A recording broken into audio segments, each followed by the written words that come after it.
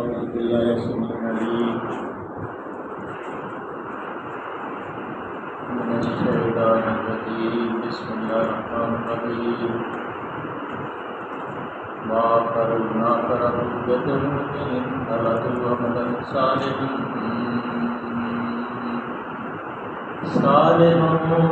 وآخر سيئا فسلم يتوب عليهم إن الله غفور رحيم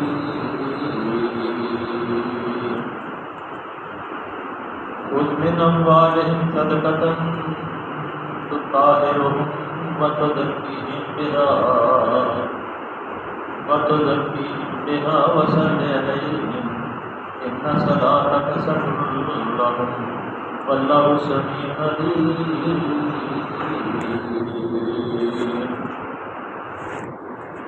ألم يعلموا أن الله يقبل التوبة عن عباده ويأخذ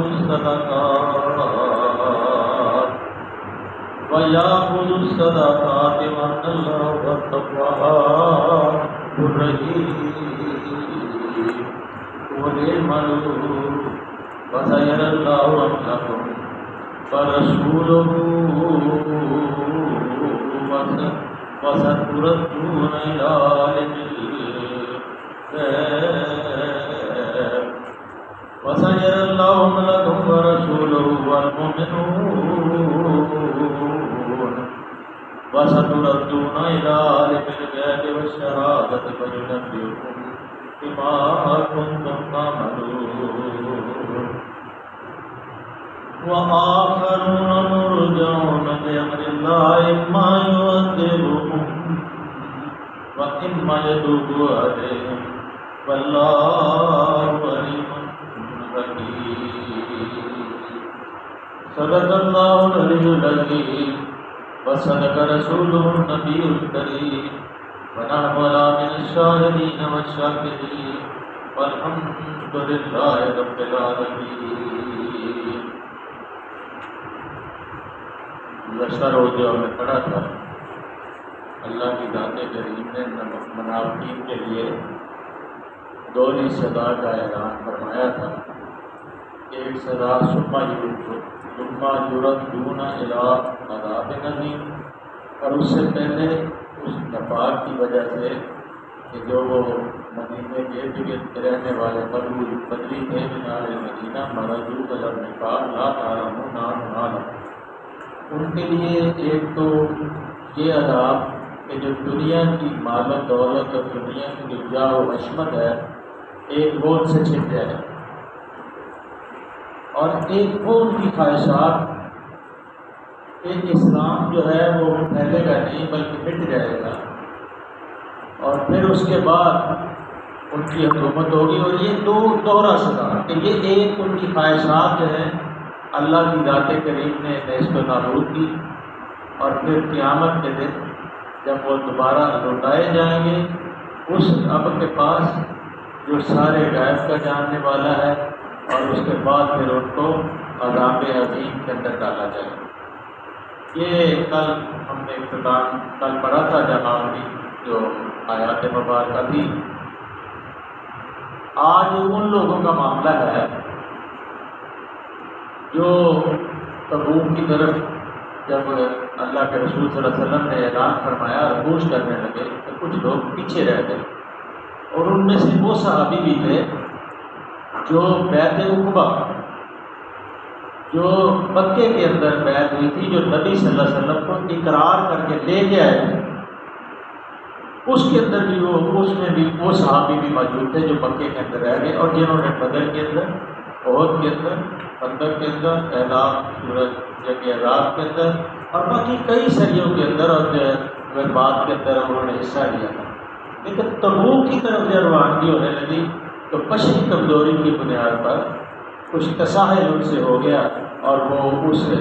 اعزاز سے محروم ہو گئے. تو پھر جب واپس آئے تو اللہ کے رسول صلی اللہ علیہ وسلم کے پاس جو منافق تھے اپنے اپنے قدرات پیش کر رہے تھے، جی یہ ہو گیا، جی وہ ہو گیا، فلاں ہو گیا، مختلف قسم. لیکن یہ جو سابق المصدوق لوگ تھے جن کے پاس صرف ایک ہی ان کو عذر بشری کمزوری تھی، اور وہ کبھی کبھار ایسا بھی ہوتا ہے کہ باس لڑ رہی ہوتی ہے اور کبھی کمانڈر سستی بھی کر دیتا ہے، تو ایسی بات ان سے جب معاملہ ہوا تھا تو وہ اللہ نے ایک نقشہ آج بیان فرمایا ہے کہ ذرا ان کی طرف وآخرون ترکوا بذنوبہم، اور کچھ وہ لوگ ہیں ان میں جو سب سے زیادہ نام لیا جاتا ہے صحابی کا، وہ صحابی تھے جن کے والد کا نام عبد المنذر تھا، اور وہ کا نام میرے دل سے نکل گیا ہے کہ وہ انہوں نے جب پیش ہو کے اپنا مقدمہ پیش کیا اور پوچھا اللہ کے، تو انہوں نے اعتراف کیا وآخرون ضربوا بذنوبہم ترکوا عملا صالحا وآخر سیئا، اور کچھ اور لوگ ہیں جنہوں نے اپنے قصوروں کا اعتراف کر دیا، انہوں نے اپنے قصور کا اعتراف کیا اور اللہ کے سامنے، اللہ کے رسول کے سامنے کوئی چیز عذر پیش نہیں کیا، بلکہ انہوں نے کہا یہ مجھ سے صحابہ بشری کمزوری کی بنیاد پہ سستی ہو گئی، مجھے معاف کر دیا جائے۔ ان اللہ غفور رحیم، بے شک اللہ درگزر کرنے والا، معاف کرنے والا اور رحیم۔ یہ بیان کرنے کے بعد اللہ کے رسول نے فرمایا، اللہ نے اپنے حبیب محبوب صلی اللہ علیہ وسلم سے کہا خذ من اموالہم صدقۃ، تو انہوں نے جو صحابی تھے انہوں نے اپنے آپ کو ایک ستون کے ساتھ باندھ لیا اور پھر اعلان کیا کہ میں نہ کھاؤں گا نہ پیوں گا، یا تو میری طرف مجھے معافی کا مجھے اعلان مل جائے یا میری موت اس حال میں آ جائے۔ اور ستون کے ساتھ بندھے ہوئے تھے، 5-6 دن بندھنے کے بعد پھر وہ بے ہوش ہو کے نیچے گر گئے۔ تو پھر یہ آیات مبارکہ جو ہے وہ نازل ہوئی کہ جنہوں نے ایسے قصور کیے ہیں پھر اپنے قصور کے اوپر نادم ہیں، ان کی توبہ کو قبول کر لیا گیا۔ کیا کیا؟ خذ من اموالہم صدقۃ تطہرہم وتزکیہم بہا وصلی علیہم،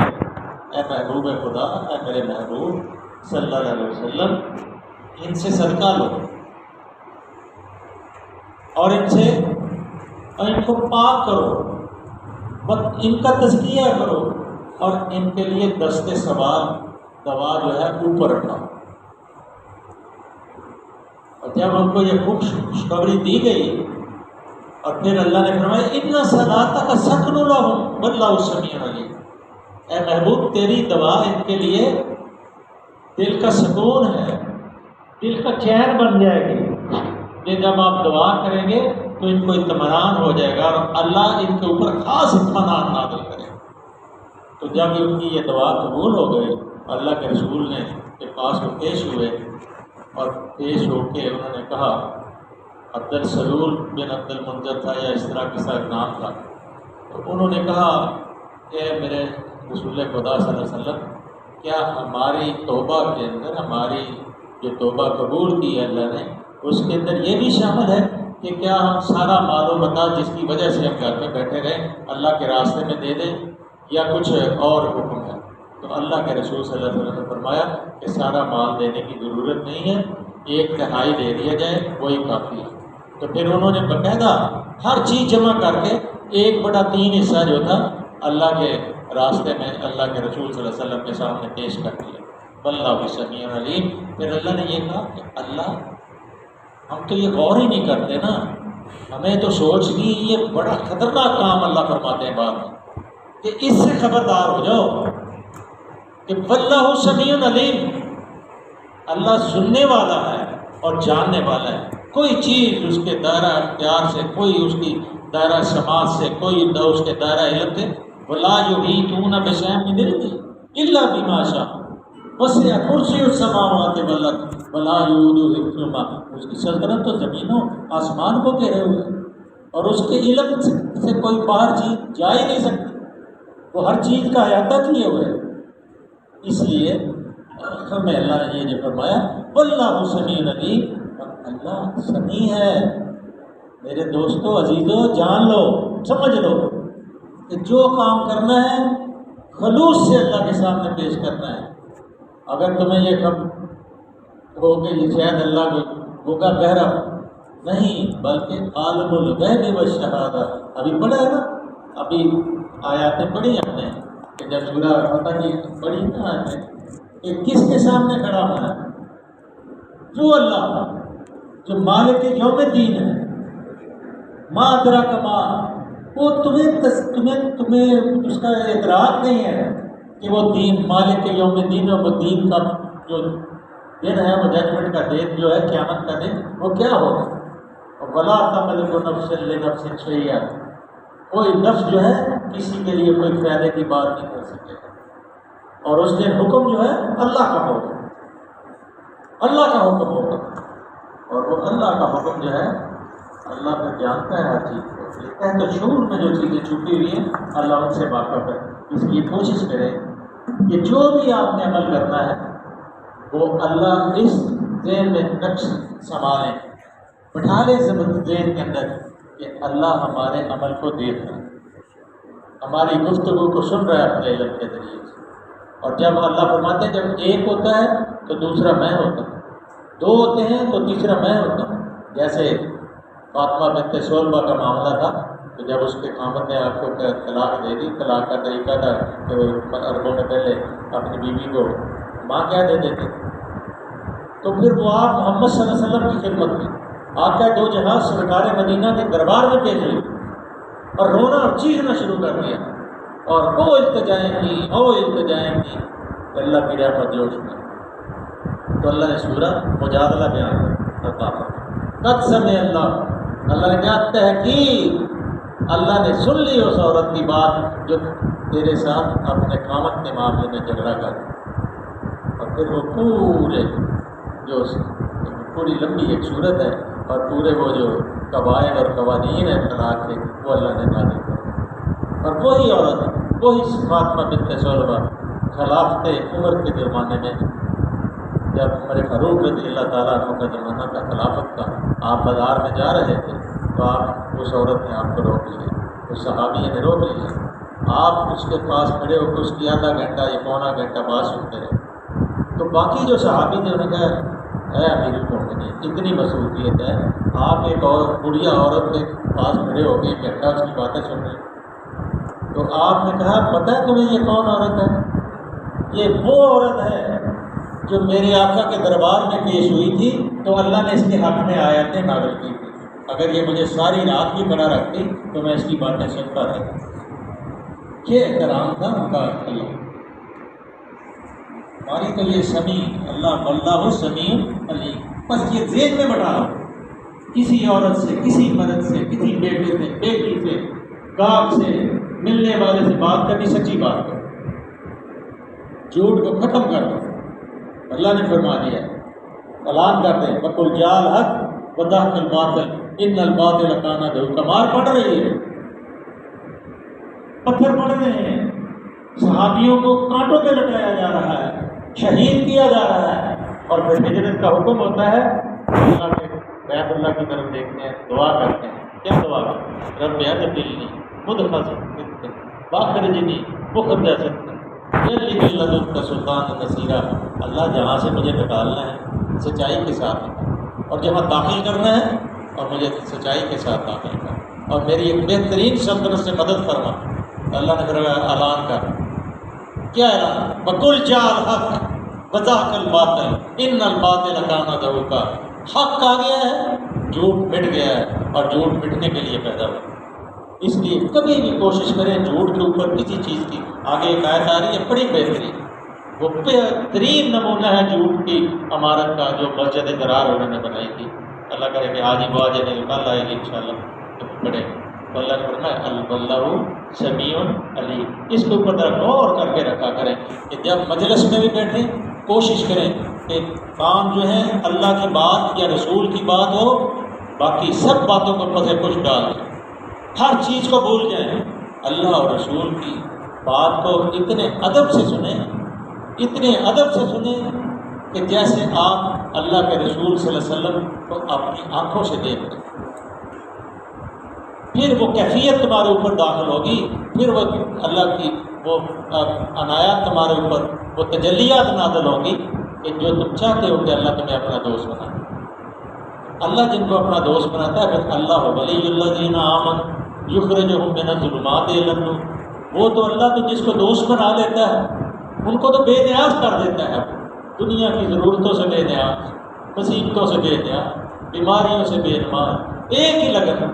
وہ روشنیوں سے اندھیروں سے نکالتا ہے، روشنیوں کی طرف تزکیہ کرتا ہے، صبر عطا فرماتا ہے۔ اور جیسے ربنا افرغ علینا صبرا وثبت اقدامنا وانصرنا علی القوم الکافرین، اللہ ہمارے اوپر صبر کا فیضان فرما اور ہمارے قدموں کو جما دے اور ہمیں کفر و کافر قوموں کے اوپر میں فتح عطا فرما۔ یہ چند چیزیں ہیں جو اگر ذہن میں انسان کے سما جائیں تو پھر انسان بیٹھتا نہیں، اور 24 گھنٹے جب اس کے ذہن میں یہ ہو اللہ میرا دیکھ رہا ہے۔ صبح اٹھیں، فجر کی نماز سے پہلے ذرا اٹھ جائیں، وضو کریں اور دعا مانگ کے کریں، کھڑے ہو جائیں اللہ کے دربار میں، اور پھر تھوڑی سا گریہ کریں، تھوڑے سے آنسو لائیں آنکھوں میں، اپنی ساری ہسٹری سامنے رکھیں۔ کہتے ہیں مکھی کے سر پہ جتنی بھی آنسو اگر آنکھوں سے نمودار ہو جائیں اللہ کے خوف سے تو اللہ فرشتوں کو کہتا ہے گواہ رہنا میں اس کو معاف کر دوں، لیکن یہ گواہی اس لیے ہوگی جب خلوص اس کے اندر شامل ہو، اس لیے ڈرتے رہیں۔ الم یعلم ان اللہ یقبل التوبۃ عن عبادہ ویأخذ الصدقات وان اللہ هو التواب الرحیم، کیونکہ تمہاری دعا ان کے لیے وجہ تسکین ہوگی۔ جب اللہ کے رسول کسی کے لیے دعا کریں تو پھر وجہ تسکین ہے، اللہ فرماتا ہے آپ کی دعا میں میرے محبوب جب آپ دعا کریں گے تو ان کے لیے دل کی سکون طہارت بن جائے گی کہ توبہ قبول ہو گئی ہے۔ اللہ سب کچھ سنتا اور جانتا ہے، کیا ان لوگوں کو معلوم نہیں ہے کہ وہ اللہ ہی ہے جو اپنے بندوں کی توبہ قبول کرتا ہے؟ اللہ ہے، وہ وہی توبہ قبول کرتا ہے۔ اسی لیے تو اللہ نے آیت پڑھا نا، ہم نے سورہ انفطار پڑھی آپ نے، پہلے تو آپ نے وہ سورہ فتح کی آیتیں پڑھی اور بعد میں سورہ انفطار پڑھی، تو کہا یا ایھا الانسان ما غرک بربک الکریم، اے انسان تجھے کس نے اپنے رب کریم کے معاملے میں دھوکے میں ڈالا؟ فاضلک، تیری اس نے تعدیل کی ہے، تجھے مکمل کیا ہے۔ جہاں آنکھوں کی ضرورت آنکھیں لگائیں، جہاں کان کی ضرورت، کیسی خوبصورت شکل بنے، لقد خلقنا الانسان فی احسن تقویم، بہترین شکل و صورت میں تجھے پیدا کیا، لیکن اس لیے وما خلقت الجن والانس الا لیعبدون، نہیں پیدا کیا ہے تمہیں جنوں اور انسانوں کہ میری اس کے علاوہ کہ میری بندگی کرو، اور میں بندگی کے لیے پیدا کیا، اور بندگی 24 گھنٹے ہے، 1 گھنٹے سونا اس کے کہنے پہ، جاگنا اس کے کہنے، اس کے مطابق۔ تو اللہ فرماتا ہے وَيَأْخُذْ الصَّدَقَاتِ، ان سے صدقات لو، وَإِنَّ اللَّهَ هُوَ التَّوَّابُ الرَّحِيمُ، اور اللہ توبہ قبول کرنے والا ہے۔ اے نبی ان لوگوں سے کہہ دو کہ تم عمل کرو۔ اب وہ جو لوگ ایک دوسرے بھی 6-7 لوگ تھے ان کے بارے میں اللہ وَقُلْ اعْمَلُوا فَسَيَرَى اللَّهُ عَمَلَكُمْ وَرَسُولُهُ وَالْمُؤْمِنُونَ، اللہ اور اس کا رسول اور مومنین سب دیکھیں گے کہ تمہارا طرز عمل اب کیا ہے۔ یہ جھوٹے جو مدعی ایمان کا فرق اور دوسرے جو سچے مومن تھے جن کا بشری کمزوریوں کی وجہ سے یہ صابن ان سے یہ عمل ہو گیا، اللہ کے گھر میں بیٹھ گئے، وہ صاف نظر آ جاتا ہے کہ یہ سچے ہیں، یہ جھوٹے۔ جیسے کل بیمار کے بارے میں بتایا تھا کہ اللہ نے فرمایا بیمار، بوڑھا، زخمی، لنگڑا، لولا، اندھا، لیکن اگر ایک بیمار ہو گیا اور وہ کہہ رہا ہے یا اللہ تیرا شکر ہے کہ تجھے مجھے ایسی ہے تب بیماری اس وقت پہ نہیں ہے کہ میں جہاز پہ نہیں جانا چاہتا تھا تو تجھے مجھے بتا نہیں، اور ایک وہ بیمار ہے کہ وہ تڑپ رہا ہے کہ اللہ میں نے اپنے تیرے محبوب کی رفاقت میں جانا تھا، یہ کس وقت بیماری نے مجھے آگے گھیرا ہے، تڑپ رہا ہے، چیخیں مار رہا ہے، رو رہا ہے اس کے بیماری کے اندر، اس کی بیماری کے اندر۔ اس لیے کوشش کریں کہ اللہ کے احکامات کی عمل کرنے کی کوشش کریں۔ یہ ذرا مضمون ہے، اس میں ذرا تھوڑا سا اگر 2-3 منٹ کی بات ہے تو اس کو مکمل کر لیں۔ تو یہ جو لوگ وَسَتُرَدُّونَ إِلَىٰ عَالِمِ الْغَیبِ وَالشَّہَادَةِ وَیُنَبِّئُکُم بِمَا کُنتُم تَعْمَلُونَ، پھر تم سب کو کس کی طرف پلٹائے جانا ہے؟ پلٹائے جاؤ جو کھلے اور چھپے سب کو جانتا ہے اور تمہیں بتا دے گا کہ تم کیا کرتے ہو۔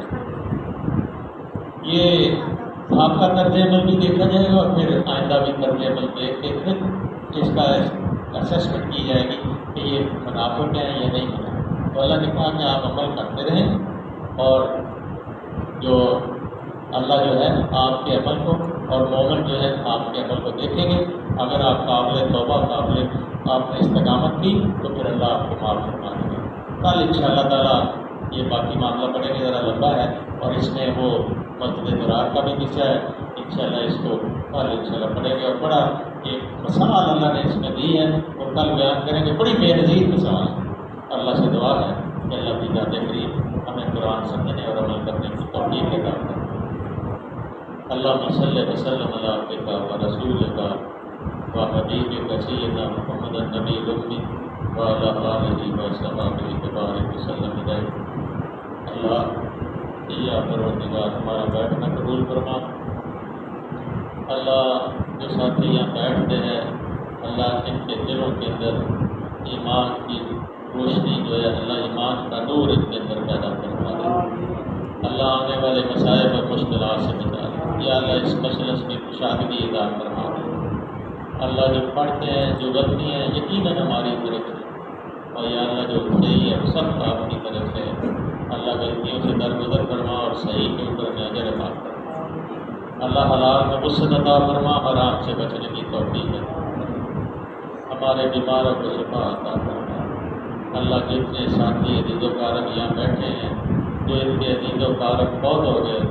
ایمان سے اس دنیا سے رخصت ہو گئے، اللہ ان سے درگزر فرما لے، ان کو معاف فرما دے، ان کی قبروں کو منور فرما دے، ان کو جنت الفردوس میں داخل فرما دے۔ صلی اللہ تعالیٰ علیہ حبیبہ محمد و آلہ و صحبہ اجمعین برحمتہ یا